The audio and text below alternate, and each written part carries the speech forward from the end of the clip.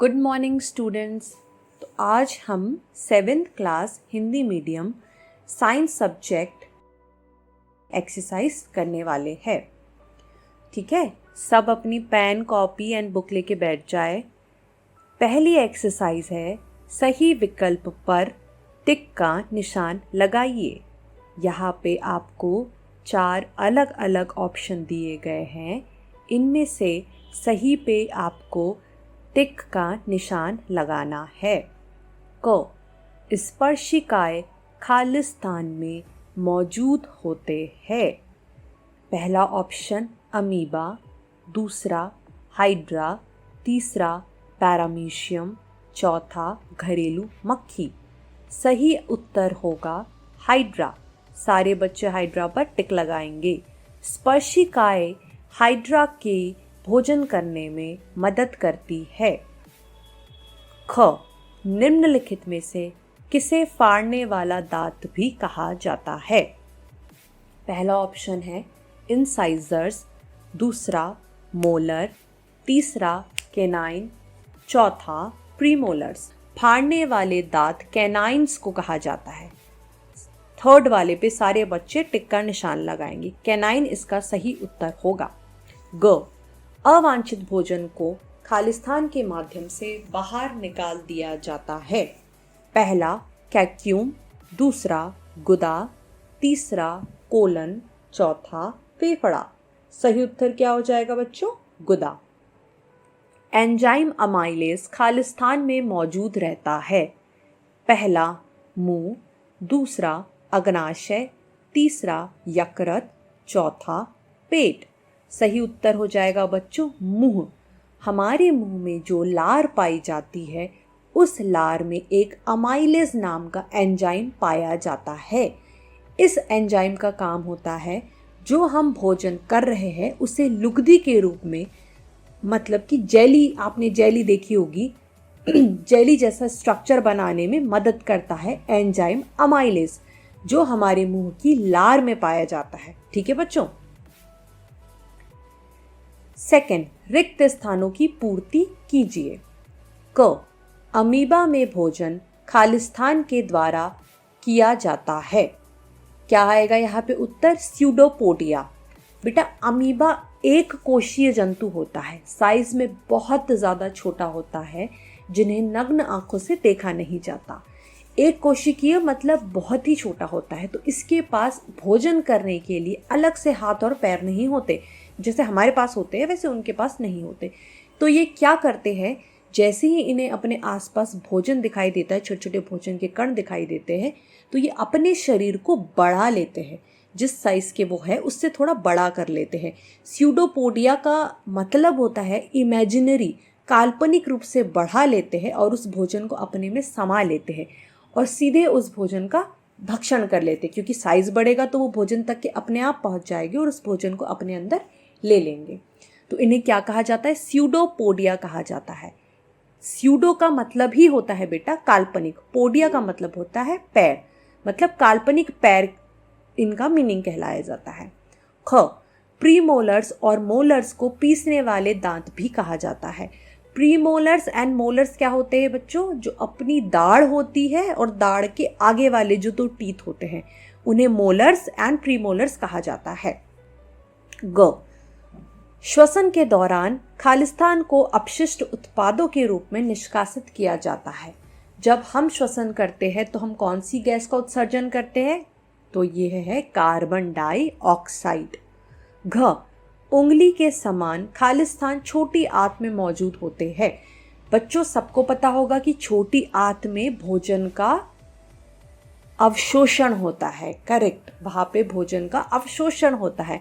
तो अवशोषण करने के लिए हमारी छोटी आंत में उंगली के जैसे कुछ स्ट्रक्चर छोटे छोटे अंदर की तरफ पाए जाते हैं, जिन्हें हम विली कहते हैं। तो खालिस्तान में क्या आएगा बच्चों? विली आएगा। ड, पाचन क्रिया का अधिकांश भाग खालिस्तान में होता है। पाचन क्रिया का अधिकांश भाग बच्चों अमाशय में होता है, यानी कि पेट में होता है। सारे बच्चे इसे सही करेंगे और यहाँ पे लिखेंगे अमाशय। ठीक है। थर्ड क्वेश्चन, सही पर सही का और गलत पर क्रॉस का निशान लगाइए। क, एक वयस्क के पास 22 स्थायी दांत होते हैं। गलत, क्योंकि एक वयस्क के पास तो 32 स्थायी दांत होते हैं। ख, हमारे शरीर में भोजन को आहार नाल में पचाया जाता है और अवशोषित किया जाता है। बिल्कुल ही गलत बात है बच्चों, क्योंकि मैंने आपको अभी बताया भोजन का अवशोषण कहाँ होता है, छोटी आंत में होता है। तो इसे सारे बच्चे गलत करेंगे, सारे बच्चे गलत करेंगे। ग, घरेलू मक्खी छोटे कीड़े को पकड़ने के लिए एक जाल बुनती है। गलत, क्योंकि मकड़ी जाल बुनती है खाना पकड़ने के लिए। घ, भोजन का पाचन मुख्य रूप से पेट में होता है। बिल्कुल सही बात है, आमाशय यानी कि पेट। फोर्थ, स्तंभ क को स्तंभ ख से मिलाइए। यहाँ पर आपको सही जोड़ी का मिलान करना है। तो बच्चों सबसे पहले मैं ऑर्डर बता दे रही हूँ आपको सही जोड़ी का, वो सब लिख लेंगे क्योंकि तो आप ऑर्डर लिखेंगे। ऑर्डर है 3 4 5 6 1 2। फिर से 3 4 5 6 1 2, 3 4 5 6 1 2। लिख लिया सभी ने? चलिए, हाइड्रा का क्या होगा बच्चों? स्पर्शिकाएं, क्योंकि हाइड्रा में भोजन करने के लिए स्पर्शिकाएं पाई जाती है। ख, अमीबा, अमीबा में क्या पाया जाता है? स्यूडोपोडिया पाया जाता है। ग, अमाइलेज, अमाइलेज बेटा लार में पाया जाता है। ठीक है, इसे करेक्ट करना है तो अमाइलेज लार में पाया जाता है। जुगाली करने वाला सेल्यूलोस पाचन, सेल्यूलोस का पाचन करते हैं जुगाली करने वाले जंतु। मलाशय, अवशिष्ट पदार्थों का निष्कासन। यकृत में पित्त रस पाया जाता है। यकृत से एक रस का स्त्राव होता है जिसे हम पित्त रस कहते हैं। तो सही ऑर्डर में एक बार फिर बोल देती हूँ, करेक्ट कर लेंगे सारे बच्चे। 3 4 5 6 1 2। क्वेश्चन नंबर 5, निम्नलिखित प्रश्नों के उत्तर दीजिए। क, पागुर किसे कहते हैं?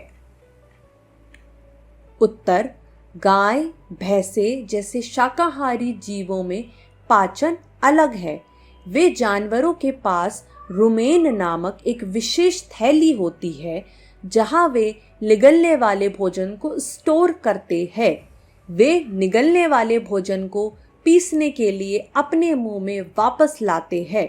इसे पागुर कहा जाता है। मतलब क्या होता है बच्चों? यह अपने मुख से, जैसे चारा इन्होंने लिया और अपने मुंह में चारा को एक बार छोटा सा पिसाया अपने दांतों के द्वारा। इनके पास एक रुमेन नामक विशेष थैली होती है। जब एक बार चारा पिसाया हल्का सा तो यह पेट में इस थैली में पहुंचा देते हैं जिसे रुमेन नामक थैली कहते हैं। वहां पर हल्का सा पाचन होने के बाद दोबारा यह भोजन मुंह में लाया जाता है और इसे पूर्ण रूप से चबाया जाता है।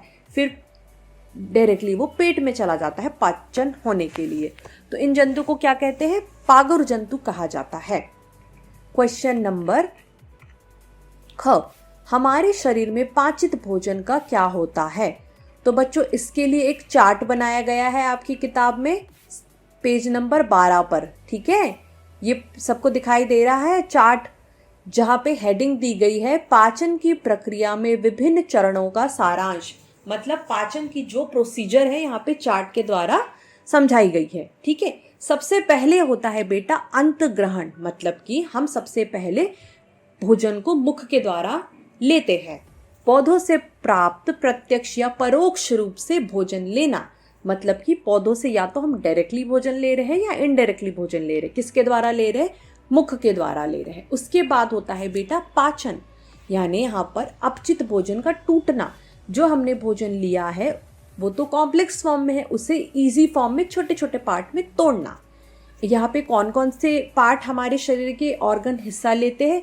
मुख गुहा लेती है, पेट हिस्सा लेता है और छोटी आंत हिस्सा लेती है। ठीक है, क्योंकि जैसे ही आपने मुख से भोजन लिया वो मुख गुहा के द्वारा ही पेट में जाएगी बच्चों, और पेट से पाचन होने के बाद थर्ड कहाँ पहुँचती है? छोटी आंत में पहुँचती है।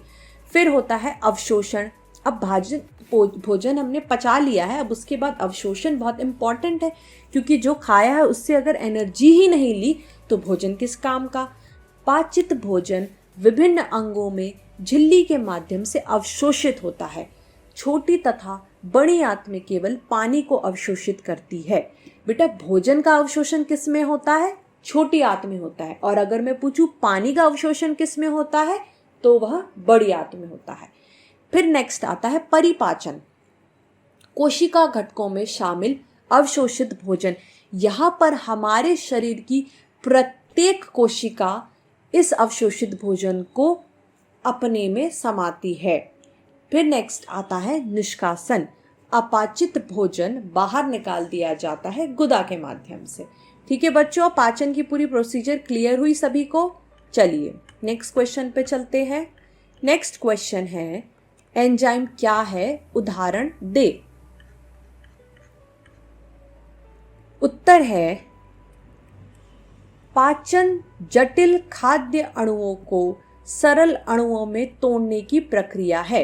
पाचन का क्या मतलब होता है? जो जटिल यानी बड़े खाद्य अणु मिले हैं उन्हें सरल और छोटे छोटे अणुओं में तोड़ने की प्रक्रिया, और जिसे एंजाइम नामक विशेष रसायनों की सहायता से किया जाता है। एंजाइम रासायनिक प्रक्रियाओं के माध्यम से अणुओं में खाद्य कणों को तोड़ देते हैं। मतलब एंजाइम का बेसिकली काम यह है कि वह बड़े खाद्य अणुओं को छोटे खाद्य अणुओं में तोड़ के आसान बना देते हैं। अमीबा में एंजाइम कोशिका द्वारा निकलते हैं। कोशिका द्रव्य निगले हुए भोजन को पचाते हैं।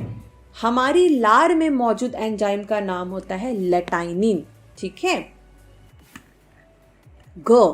अगला क्वेश्चन, बड़ी आंत का कार्य क्या होता है? उत्तर, छोटी आंत में पचे अपचित भोजन अब बड़ी आंत में आता है। छोटी आंत में बच्चों भोजन का अधिकांश भाग अवशोषित हो जाता है, और जो भी हिस्सा पानी वाला होता है, ज्यादातर जिनमें पानी पाया जाता है, अब वह पहुंचता है बड़ी आंत में। बड़ी आंत अवशोषण से पानी को अपशिष्ट के रूप में बाहर निकाल देती है। बड़ी आंत में बच्चों पानी का अवशोषण होता है, जैसे मैंने आपको पहले भी बताया। लगभग ठोस गीले अपशिष्ट को गुदा के माध्यम से शरीर से गुदा द्वारा बाहर निकाल दिया जाता। अब सिर्फ ठोस ठोस अपशिष्ट पदार्थ बचे जो गुदा के द्वारा बाहर निकाल दिए जाते हैं। अगला क्वेश्चन है होलोजाइक पोषण से आप क्या समझते हैं? उत्तर है होलोजाइक पोषण का अर्थ है ठोस भोजन जो एक पौध उत्पाद या पशु उत्पाद हो सकता है। इसलिए होलोजोइक पोषण में एक जीव जटिल कार्बनिक भोजन को अपने शरीर में निगलने की प्रक्रिया के द्वारा ले जाता है। निगला हुआ भोजन जीव की शरीर कोशिकाओं में पच जाता है और अवशोषित हो जाता है। मतलब होलोजोइक भोजन क्या हो सकता है बेटा? यह सबसे पहले तो ठोस भोजन होगा, सॉलिड फॉर्म में होगा। ये हमें या तो पौधों से मिल सकता है या फिर पशुओं से भी मिल सकता है। नेक्स्ट क्वेश्चन है क्वेश्चन 6, श्वसन क्या है? और उत्तर है जीव ऊर्जा उत्पादन करने के लिए पाचन को उत्पादों के साथ ऑक्सीजन को जोड़ते हैं। ऊर्जा का प्रयोग जीवों के इस काम को करने के लिए किया जाता है। जिस प्रक्रिया से सजीव ऑक्सीजन लेते हैं और इसे ऊर्जा के रूप में उपयोग करते हैं, श्वसन कहा जाता है। बेटा जो हम खाना खाते हैं सिर्फ पाचन करना ही इम्पोर्टेंट नहीं होता है। पाचन करने के बाद जो ऊर्जा हमें चाहिए, शरीर को जो ऊर्जा चाहिए, उसके लिए ऑक्सीजन की भी बहुत ज़्यादा ज़रूरत होती है। तो इस ऊर्जा को एट द एंड प्राप्त करने के लिए सभी जीव ऑक्सीजन को ग्रहण करते हैं और फिर ऊर्जा का निर्माण करते हैं। इसे हम श्वसन कहते हैं।